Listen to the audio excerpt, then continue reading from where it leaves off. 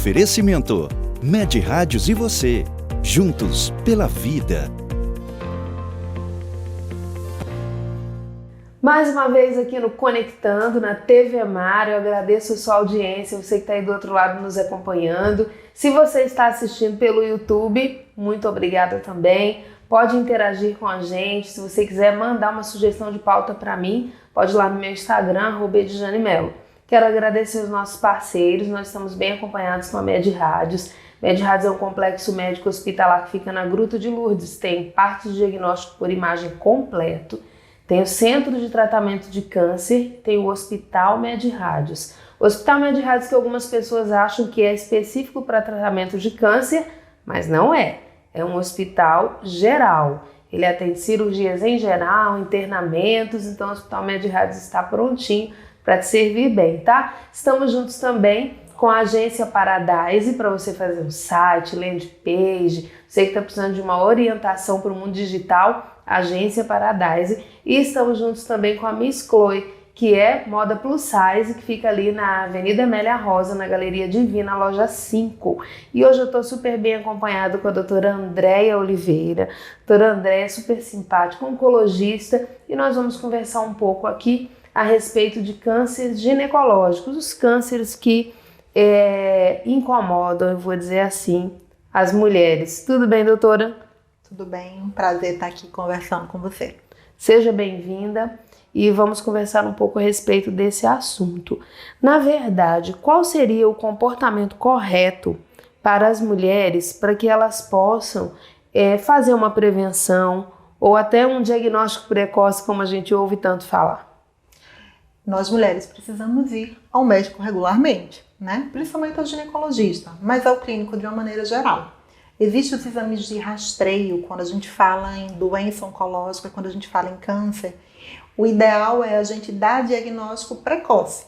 Como é que a gente dá diagnóstico precoce? Fazendo os exames de rastreio, né? Costumo falar que os cânceres mais incidentes, de uma maneira geral, mama, colo uterino, colo retal, são câncer rastreáveis. Então, a citologia oncótica, quando a gente pensa em câncer de colo uterino, a mamografia, quando a gente pensa em câncer de mama, né? Câncer colo retal, a colonoscopia. Então, a gente precisa estar em dia, passando por avaliação médica regular. A gente sabe que essa visita ao médico, regularmente, ela é muito aconselhada. Mas o que eu quero perguntar? Algumas pessoas que estão nos assistindo agora, que sintam vontade de visitar um oncologista. É possível visitar um oncologista mesmo sem ter câncer? Sim, com certeza, né? A gente fala em prevenção oncológica, consulta de prevenção oncológica. O oncologista, antes de tudo, ele é um clínico. Para nós nos formarmos em oncologia, nós precisamos fazer clínica médica, né?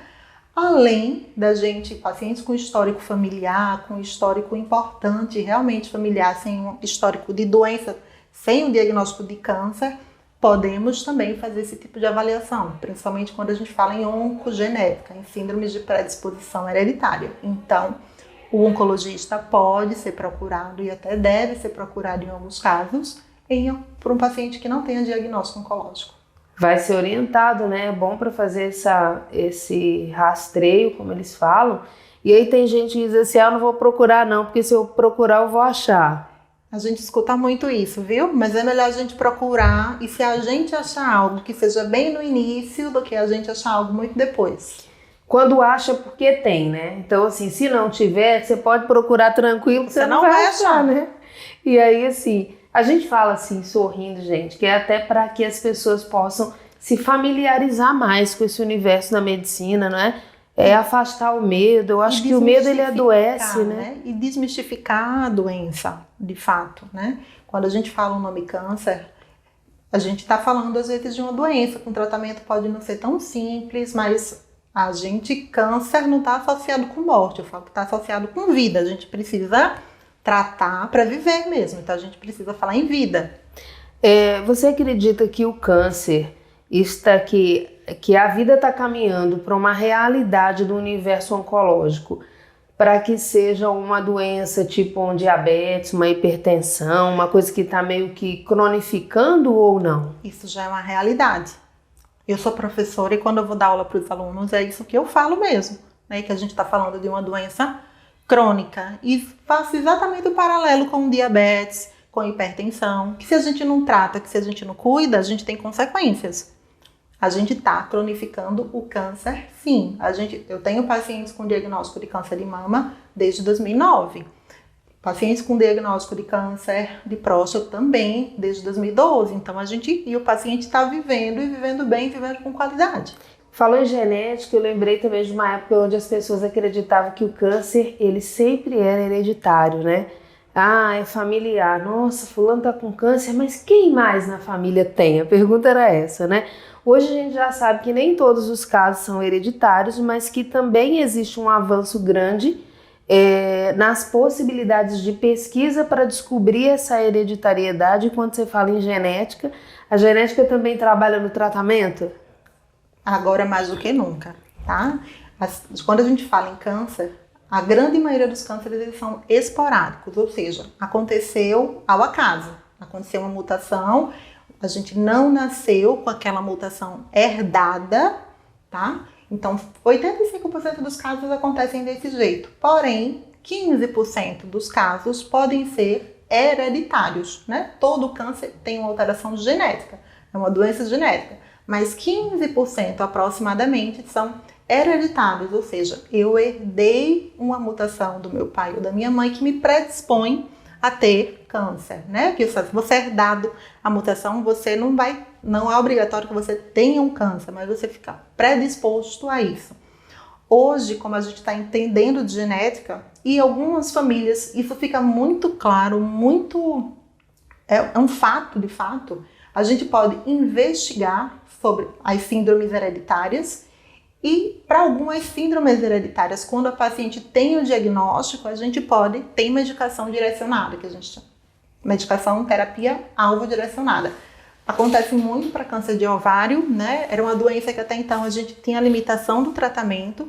Hoje a gente entende que mulheres que têm a mutação de BRCA1 e 2, e assim, eu sempre falo da Angelina Jolie, porque todo mundo ouviu falar no caso dela, né? Ela tinha um histórico familiar de uma mãe com câncer de mama, de tia com câncer de mama. Ela fez a avaliação genética, se ela nasceu com essa mutação, se ela herdou essa mutação, e de fato ela tinha. Então ela fez o tratamento profilático das mamas, mastectomia redutora do risco e dos ovários, né?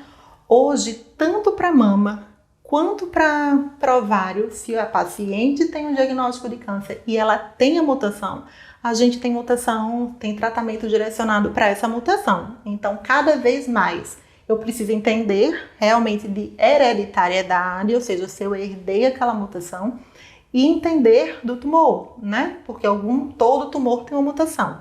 Eu posso também avaliar a mutação presente no tumor.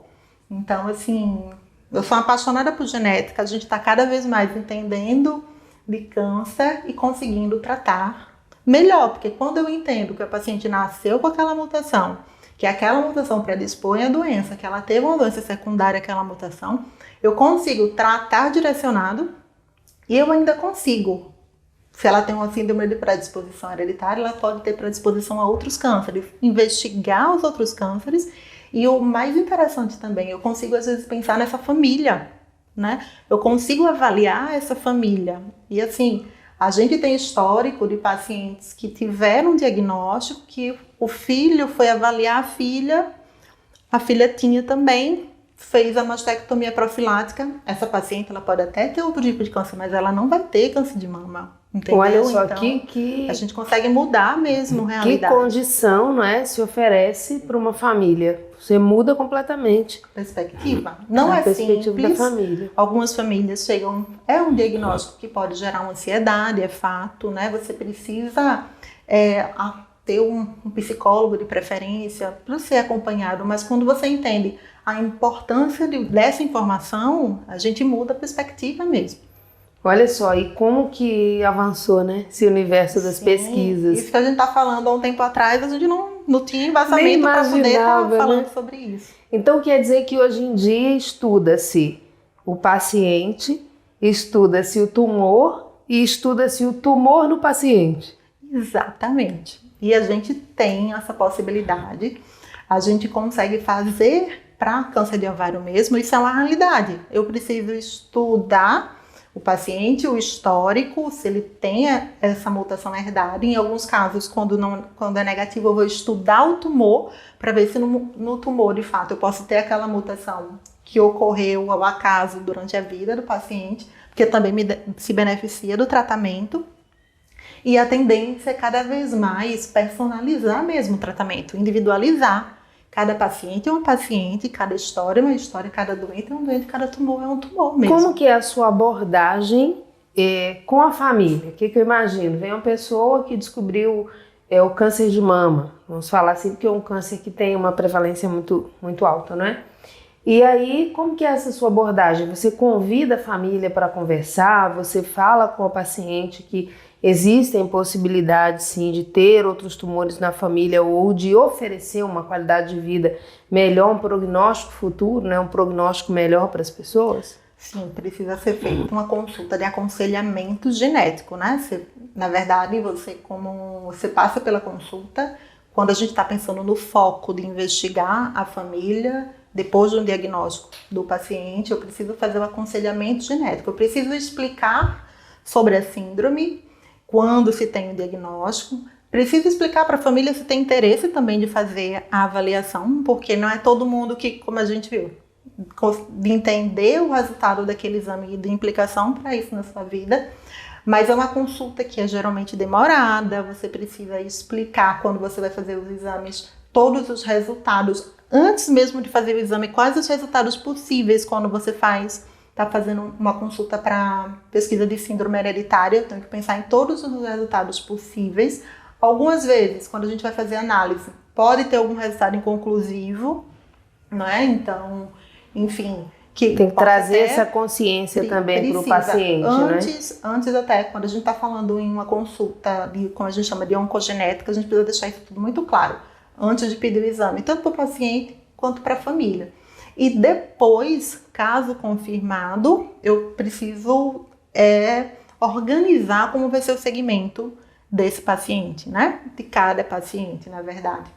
Porque vai depender muito de idade, se eu estou falando de homem, às vezes a gente tem uma predisposição a tais cânceres e mulher a outros cânceres, então... É bom lembrar também que em relação ao câncer de mama, o homem também pode ter câncer de mama, tem muitas pessoas que não têm essa compreensão ainda, né? Sim, e assim, quando a gente está falando de síndromes hereditárias, geralmente, homens que têm câncer de mama, geralmente eles são portadores de síndromes hereditárias. Então, hoje, a gente precisa investigar realmente quando a gente tem um diagnóstico de um homem com câncer de mama. Esse histórico familiar, essa possibilidade de hereditariedade. A gente vai para o intervalo comercial rápido. Daqui a pouco estou de volta aqui com a doutora Andréia Oliveira e aí eu vou querer saber dela a respeito da oncogenética para o universo masculino, porque os homens também precisam estar atentos à sua saúde, tá? Eu volto já.